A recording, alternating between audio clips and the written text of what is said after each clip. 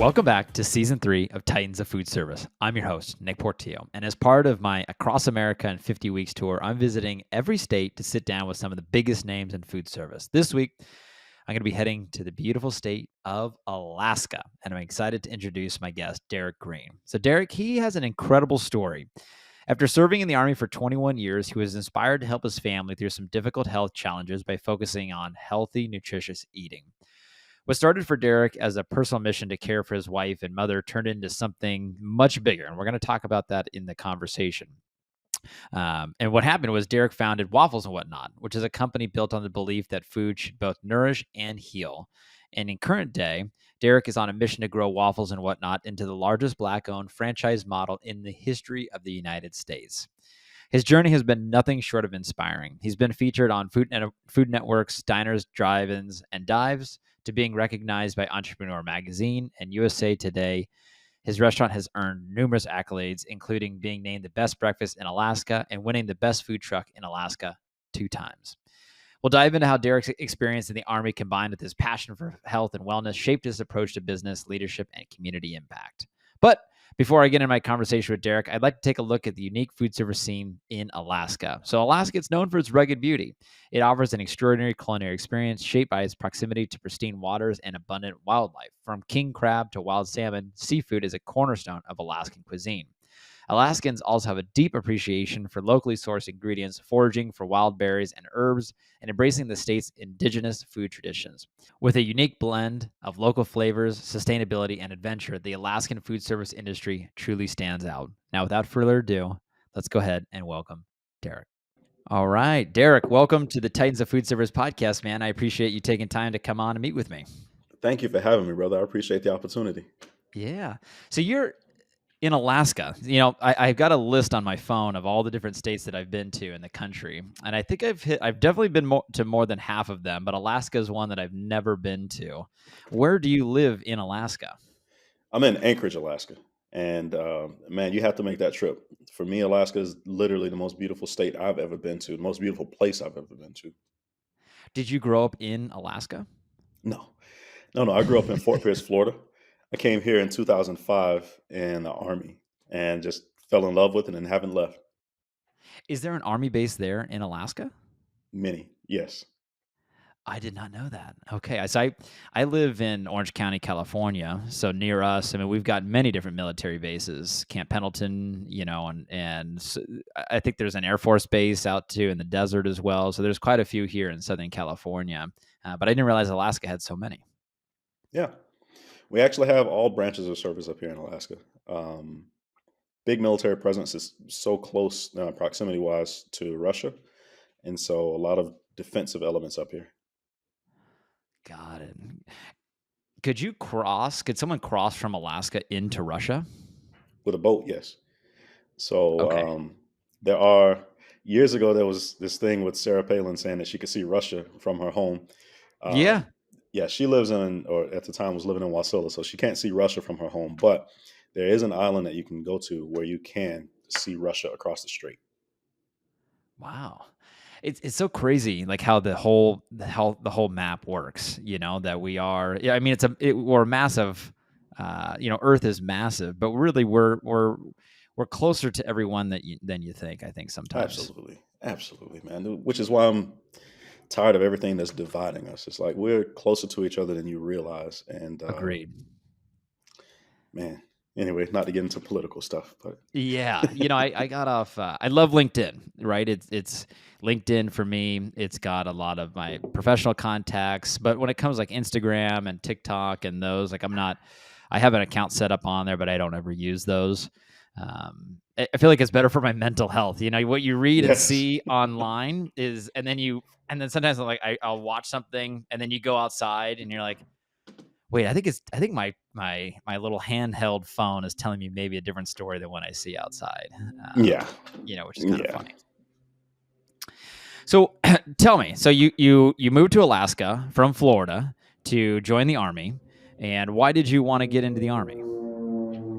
So I grew up in a place in Fort Pierce, Florida, which was the home of the underwater demolition team, what are now known as SEALs. Um, Growing up there, I didn't see a lot of opportunity forward progression. I didn't see a way out of the trap of being in that low socioeconomic environment where most of the people that I knew either ended up in jail, prison, or dead.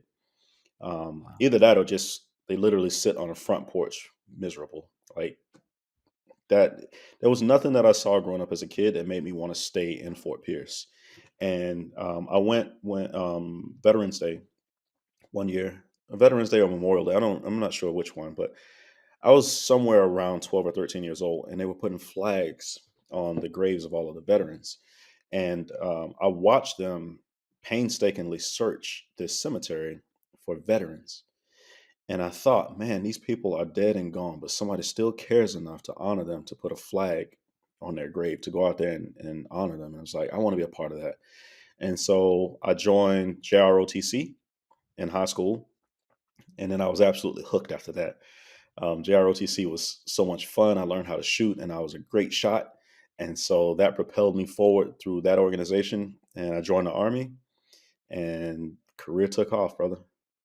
And you were there for what, over 20 years? 21 years. Wow. And what was your role in the Army? So my MOS, or my job was a military policeman, but within that I had several roles. So I've done everything from traffic accident investigation to being a DUI specialist to sexual assault victim advocacy, suicide intervention, domestic violence victim advocacy, resiliency training.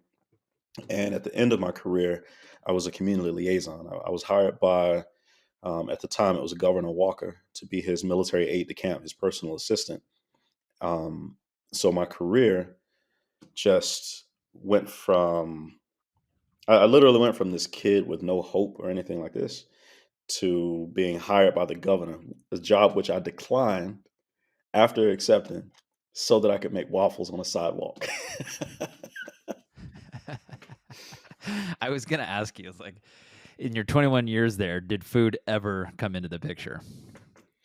Food wasn't huge in the earlier years of my military career, but in 2009, 2008, 2009, my wife found a lump in her breast. 2008 is when she found it, but she found this lump in her breast. And this is on that journey of watching her go through chemotherapy and this radiation treatment and all of the things, Mm. the cancer journey. That's where food gained importance. And at the same time, my mother also had cancer and HIV. And Wow. so regulation of the gut microbiome through food became a much more important aspect of my life then. Wow. Okay. Okay. Tell me a little bit more about that. The how you got into food. So you have your wife and your mom simultaneously both have cancer, and so this is really driving you towards food and trying to find ways to maybe help. Is that essentially what you're looking to do? Yeah, so for my wife, I watched her taste buds completely change with the chemo. Okay. Um, the things that she used to love, she couldn't stand anymore, even to smell. So when I would be cooking, though there were dishes that she previously really enjoyed, now she was just like, no, take it out of the house. I can't smell it. And so I already had to revamp the way that our family ate and the way that I cooked. The third day of chemotherapy, third day after chemo, was always her worst day. And so on that day, she'd have been vomiting essentially for 3 days, and she'd be completely empty. Her stomach would be empty, and energetically, she would be completely drained. And so what I did was search for options, and I found the the brat diet: bananas, rice, apples, and toast.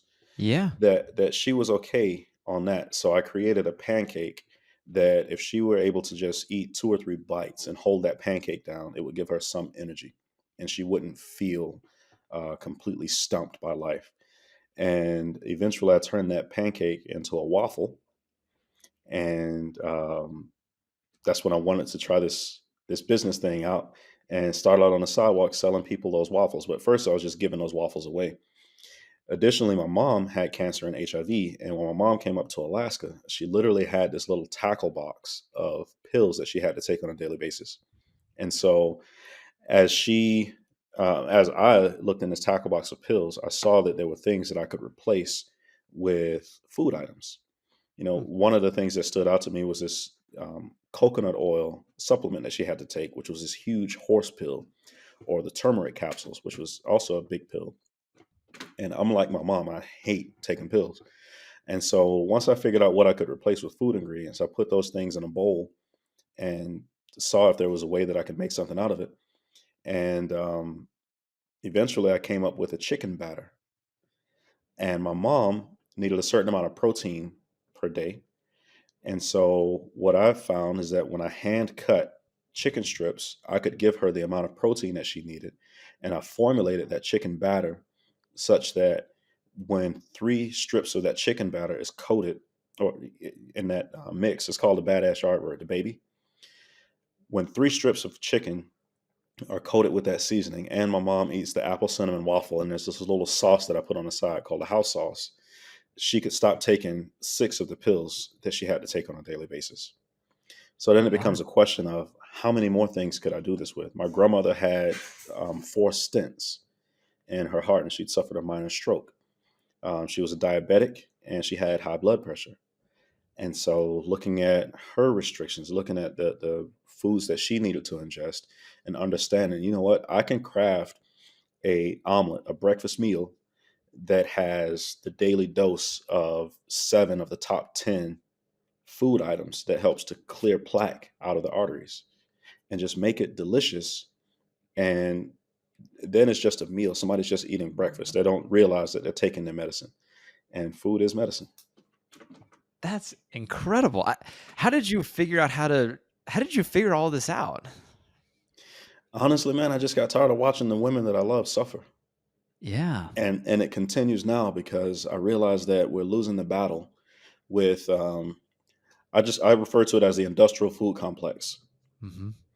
We're losing the battle of that because even as a restaurateur, with all of this health knowledge that I have in my head, my kids know those golden arches, and they knew Yep. those golden arches since there was a little, little things. So the marketing and the product availability of these larger corporations that don't really care about what we're ingesting, they care more about the bottom line, is, in my opinion, contributing to the downfall of our country via our bodies, our health. Mhm. Um, and I just started learning, brother. I would read scientific journals and still do. I would read books, and then I would find books that countered the previous books so that I can get both sides of it. And if they mention a book in a book, I'll go read that book also, or go look up that piece of research, to eventually realize that in this country, the foods that we eat, first of all, it's an individual thing. Though they group us all together, your body is unique, and what's happening in your body is unique. So you're going to have to learn what's happening in your body. But once you learn what's happening in there, it's a true guessing game, damn near, to figure out how to reset your gut microbiome, and that's the key. That's the key right there. Is making those little guys in your colon happy. That's right. My wife and I, we went to Europe a couple years or last year, and we'd go out to dinner, right? We were in Italy, and we get a big pasta dish, and maybe we get some meat and some bread. The way our body would feel, a stomach, if we had that same meal here in California, we would feel bloated. We'd probably feel tired.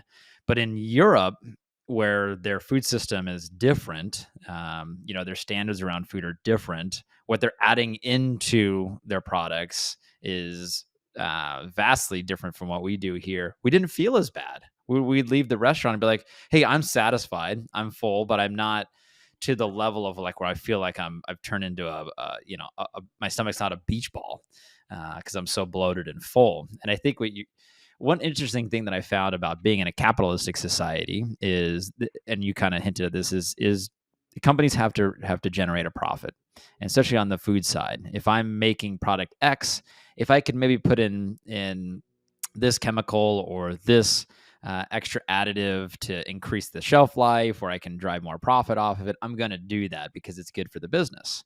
But as the consumer, as the American consumer, and I like what you said, not everybody is the same, but as the American consumer, it's not necessarily good for our health to have these different additives or chemicals in there or whatever it may be that's being produced. And it takes away from our health for sure. It takes away from our health, but it adds to the bottom line of someone who's out there to help cure or treat, manage is a better word, to help Yeah. manage whatever ailments you develop from eating years from years of eating high fructose corn syrup or other additives, the dyes that are placed in our foods. So, and I agree with you, man. I agree with you. Turmeric can be expensive. So Yeah. if I can add a little bit of turmeric, but a lot more yellow dye, to get this yellowish flavor to make you feel like this thing is filled with your daily dose of turmeric, then why not do that? That's been the general consensus, in my opinion, amongst this industrial food complex. And this is how um, they were able to eventually replace beef with beef product Hmm. or chicken with chicken product, such that we don't know what's in the nuggets that we're eating anymore. Is it chicken? Is the is the tuna you're eating actually tuna? Right. Yeah, you're right. It creates a mystery, and it's not good. Especially when you have to ingest it. It's going into your system, and it stays there. And it's like anything. If you were to exercise every day for 10 years, your body and your health and your overall well-being is probably going to be better off than if you didn't do a single day of exercise. The same thing is for food. If you eat poorly today and you do eat poorly for 10 years, where's your body going to be at in 10 years from now? Over Yes. small amounts over long periods of time can really do damage to us for sure. It's amazing that people never connect this statement, the truth of the statement that you just said, man. It's like if you neglect your dog for an amount of time, and that dog develops some type of resentment or something towards you, or you're wondering why they don't love you, why they don't respond to you in a certain way. It's because of the way you treated them for the years. If you have a vehicle that you're driving and you don't check the fluids on it, you don't wash it, you don't take care of it, and it starts to break down, and you get upset. And a lot of people think that they can just take that vehicle to the mechanic, and the mechanic is supposed to work some miracle on it to get them a brand new truck or a brand new car. And it's like, no, that's not the way this thing works. And if you've had, like my mom did, and like we do, frankly, years and years and years of crappy eating, all those chemicals, those preservatives, the additives, all those things are built up in your system. Some of them you can um, get out, other ones you can't. They're just stuck there. They're in there. And this is why, for me, I'm attempting to build the largest black owned franchise in American history. But it's not because I'm on some big power trip or something like that. It's because I have to offer an alternative in communities that need it. The poorer communities, color doesn't matter. The poorer communities in this country that don't have access to Whole Foods or, you know, um, larger supermarket chains that are healthier focused places to eat, Hmm. they need access to foods that they're used to eating, which is why I focus on American style cuisines, particularly chicken and waffles. But they need something that tastes amazing, but can begin to heal the body, can Yeah. begin to help them feel a little bit better. And it was an amazing thing for me to travel to Uganda, one of the poorest countries on the planet, and realize that there's not a single, I didn't find one American made product, food product in their Wow. stores. Here you are in a country that man, some of the kids don't have shoes, but they know better than to eat our food. And it made me just think, like, Yeah. what are we eating? What have I been eating all my life? And I'm not one of these conspiracy theorist type people, but it's like if if one of the poorest countries on the planet won't eat our food, Hmm. and their diabetes rate is 3.7%, whereas ours is close to 33% or a third that's either diabetic or pre-diabetic. Maybe they're doing something better than what we're doing here. Yeah. Isn't that something? Even at the very beginning of the conversation, you mentioned the Golden Arches McDonald's. I've been to McDonald's in Morocco. I've been to McDonald's here, obviously. I've been to McDonald's in Europe. Um, it's just different there than it is here. Like the golden nuggets, or the chicken nuggets.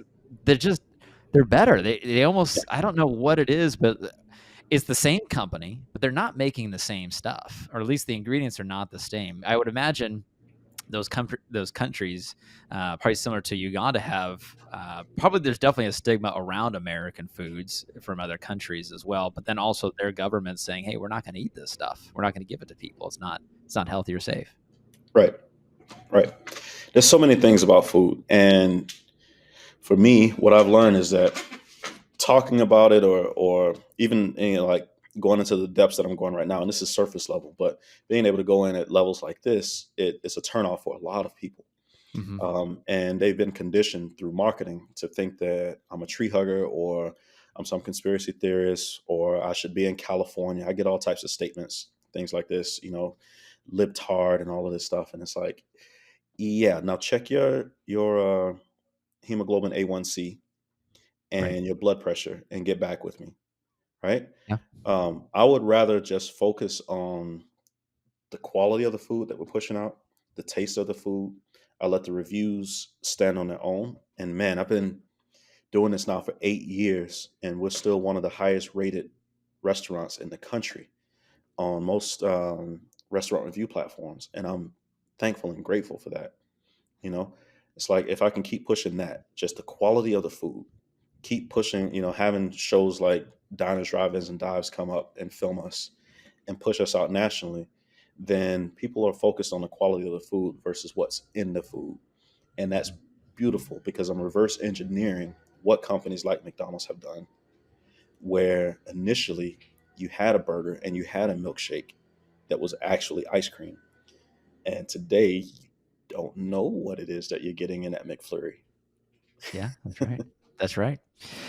So tell me, so all of some of the stuff that you made for your mom, for your wife, are those items incorporated in your concept, waffles and whatnot? Oh, absolutely. The chicken batter that people eat on a daily basis, that's the same chicken batter that I developed for my mom. Nice. It's Okay. the exact batter. The apple cinnamon waffle, the gourmet apple cinnamon waffle, which contains people's daily dose of Ceylon cinnamon, which is the highest quality cinnamon that I've been able to find on the planet, contains a third of an apple in each waffle that you eat, um, and the highest quality apples from Salk Farms. And I know people that grow the apples, so I know how they treat their plants and everything, their trees. Yes, we do our level best, brother, to incorporate all of this knowledge that I have. The fact that if I can get men to eat half a cup of cabbage a day, we're greatly reducing their chance of colon cancer. Hmm. So getting them to eat coleslaw, or getting them to eat chow chow, or getting them to eat all different types of cabbage products without their knowledge. Um, Putting different fruits and veggie combinations, even the dipping sauce. So you have the chicken, and the chicken has your daily dose of turmeric in it when you eat the 3 strips of chicken. And turmeric is best activated. The active ingredient is curcumin, and curcumin is best activated when it's mixed with a pepper. Like, so I put 3 different peppers in this sauce that you dip it in: white pepper, black pepper, and cayenne pepper. So that your body, I don't know which pepper Nick's body is going to like better, but I put it in there so that you can activate the curcumin and your body can uptake more of it. So you get the better benefit from that. My macaroni and cheese has your daily dose of garlic in it. It's a 5 ounce scoop of mac and cheese, but it has your daily dose of garlic. There's so many different things in there. The waffle itself is either one of the waffles with the amount of coconut oil that we put in there. You're talking about the MCT oil, and Hmm. you're also talking about um, being able to fight inflammation, because I'm putting your daily dose, your daily recommended dose of that MCT oil in the waffle to be able to help your body along. Or maybe I infuse the whipped cream with a chicory root inulin or an artichoke based inulin so that you're getting higher fiber. And I can put enough fiber in that whipped cream to counterbalance the 27 grams of carbs that are on the waffle itself, or in the waffle itself. Wow. And in the waffles, none of my waffles require a topping. You can eat any of them plain. Um, and there's less sugar When I make my batches of waffle mix, so I can take a 70-pound batch of waffle mix and measure Okay. it out, and there's less sugar in there than there is in a 2 liter of Mountain Dew or a 2 liter of any soda product that you want to have. So the food is also designed to satiate you. So it's designed literally the opposite of what the industrial food complex does, where you can go and have a number two and eat this and eat the fries, the large fries or medium fries, and drink the drink. And then an hour or 2 hours later, you find yourself snacking on something else Hmm. because you're not satiated. Whereas when you eat my foods, they're going to expand in your stomach. I've formulated them so that they do expand and keep you fuller longer. So you have many people that come there and they eat breakfast with us because they won't eat again. So people that are doing OMAD or they're doing one meal a day, or they're doing intermittent fasting, time restricted Mhm. eating, all different types of things, ketogenic. Man, You got it all. yeah, That is so cool. I mean, if anything, it just sounds fun too to kind of you're almost like, you're a chef, but almost a scientist in a way, trying to figure out how to make it all, every meal has its thing. It has its health benefit for your consumer coming in. I think that's really, really cool and really impressive. You mentioned that you want to be the largest Black-owned franchise model in the country. What is your plan to be able to do that? okay. So I intend on finding certain investors Okay. that come aboard. From the models that we've run, I need $12.3 million. That's what I have to raise. 12.3. Okay. Once I raise 12.3, that'll actually allow me to begin acquisitions of existing companies.